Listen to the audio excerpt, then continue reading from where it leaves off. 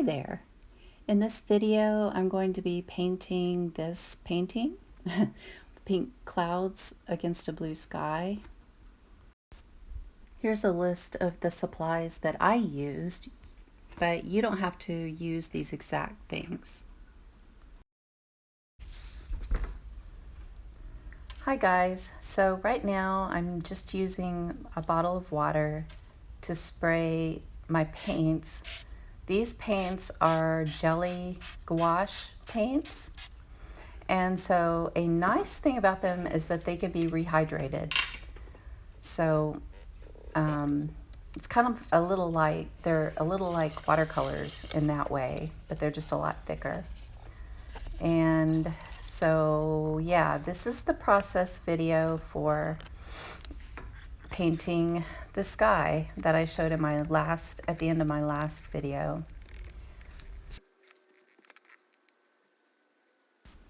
Here I'm working on mixing my paints, and also my paints are not in the best condition, so it's a little bit of a struggle to get them out, as you maybe can see. Really thought I was not going to show this part of the video. Maybe some of it.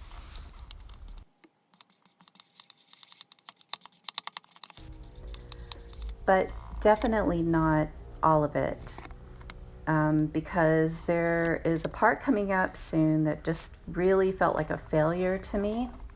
And even that water up there, that bright red water, felt a little like a failure. Anyway, it was just one of those days, and painting was a real struggle that day. And then I used this brush right there, and it had graphite in it from a previous art project, and I just felt like it ruined it. So here's the part where I flipped the paper over and started again. I got fresh water.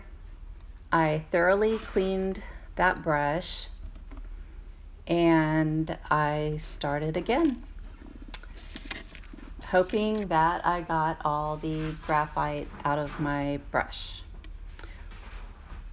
which, as you'll see, I did. Here I've mixed together some blue and white, which you probably could see, and I'm just spreading on a background. Blue, since it's a sky. That doesn't always mean that's the exact background that you put on, but we can talk about that at another time. So, and I'm kind of watering down the paint quite a bit, so it's kind of thin, and it's a little more like what's called a wash, in case you don't know that. I have some washi tape around the edges of the page. I just like to do that usually because it creates kind of a nicer look, which you'll get to see at the end as I pull it off. For a brush, I do not actually know the name of this. I can look at it. I don't spend very much on brushes, but a wide brush is good for a background. And then here I've switched to one of my smaller brushes. I will, and as I'm sure you can see, I'm adding some white, kind of lightening things.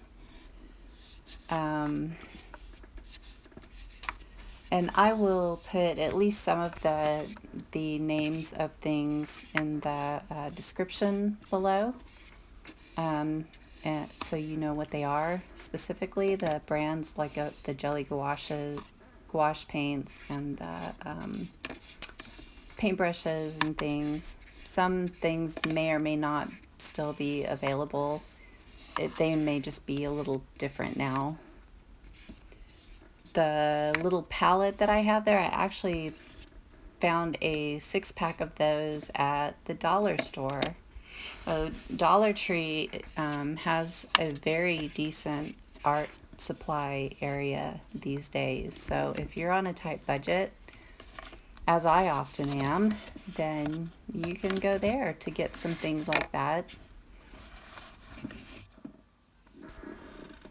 I also like to use my brush to create texture. I move it around in certain directions depending on what kind of painting I'm doing.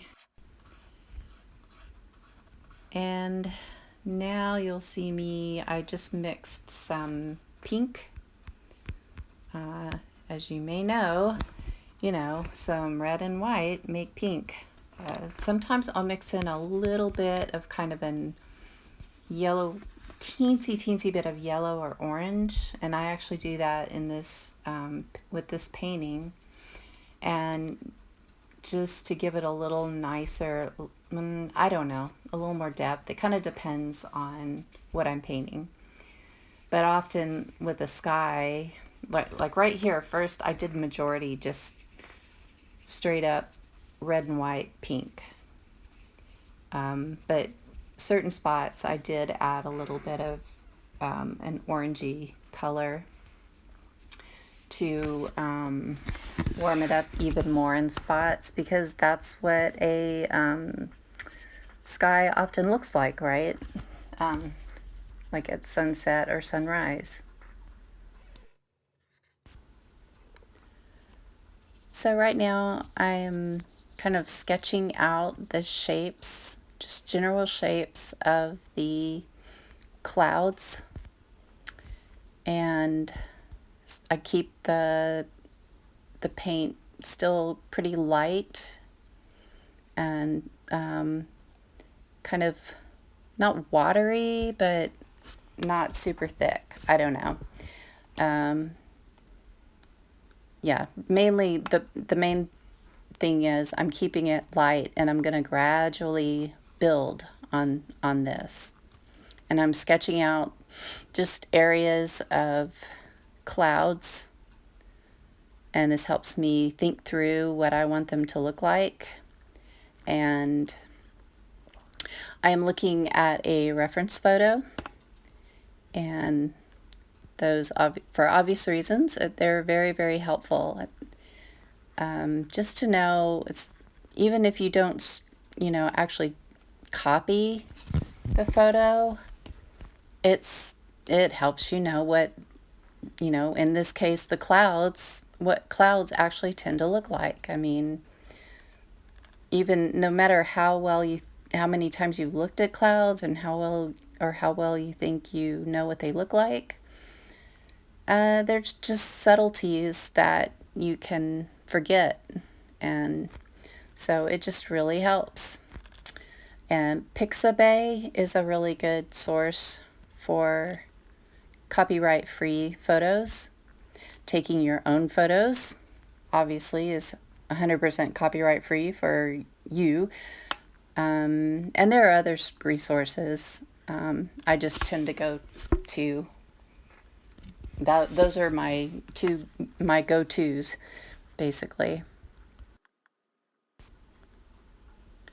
So I mentioned that I'm basically sketching out the clouds.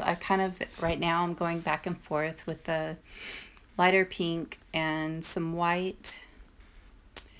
And as I also mentioned earlier, I believe, gouache paint is, you can rehydrate it, and actually pretty much at any point.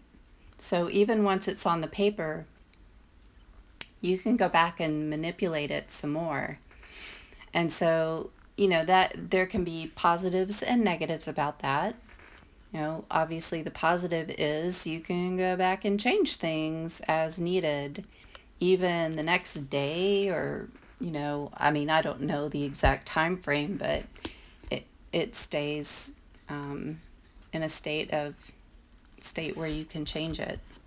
Here, as I had mentioned, I'm adding a little bit of some light kind of an orangey color to warm things up even more. and just add a little more depth. So even though it's good to use a pretty limited range of colors, which that is called a palette.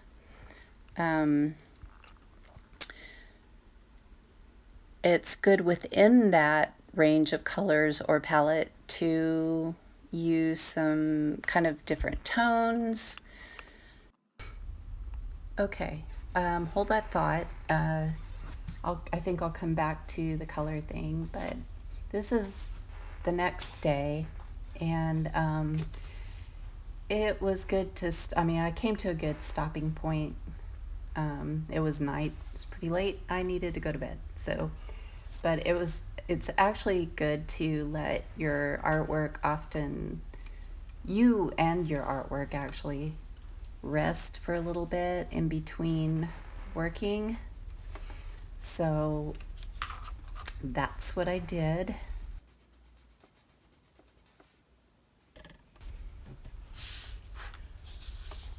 Also, the next day I decided to start, before I started painting, to go in with colored pencils.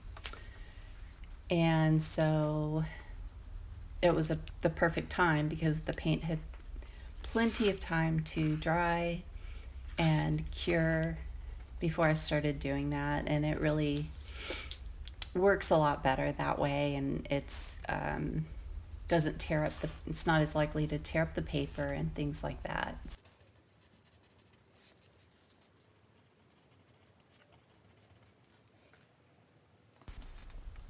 And some of the pencils don't show up a whole lot, especially the white, but it does enough to, I don't even know, sometimes these things, it helps it look better. I cannot 100% explain why, but sometimes they will sharpen up edges that can use that and helps things pop a little bit, even if it's not hugely noticeable. Especially when you're doing it, you're thinking, well, I'm not even sure if this is doing anything. But again, if nothing else, an important part of the process is to actually just kind of figure out what you and what I want to do next, and something like pencils can help.